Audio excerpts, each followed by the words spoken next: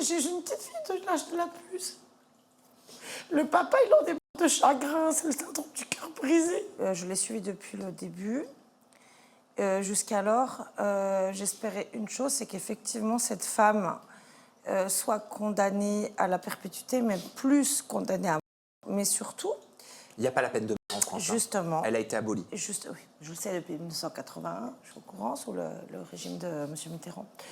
Et ce qui est bien dommage, parce que pour des individus comme elle, il faudrait que la peine de mort soit rétablie, d'une part. D'autre part, je ne peux pas m'empêcher de faire le transfert. Quand je vois cette petite, j'ai l'impression de voir l'image de ma fille, parce que j'ai une fille du même âge.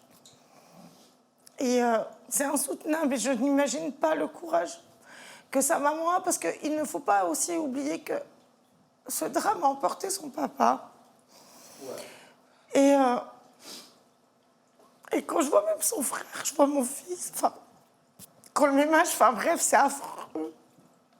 Et déjà, cette femme qui est sous le coup d'une OQTF et encore sur le sol français, il faut savoir qu'un détenu en France coûte 100 € contribuable par jour, mais c'est, excusez-moi du terme, est condamné à perpétuité en France.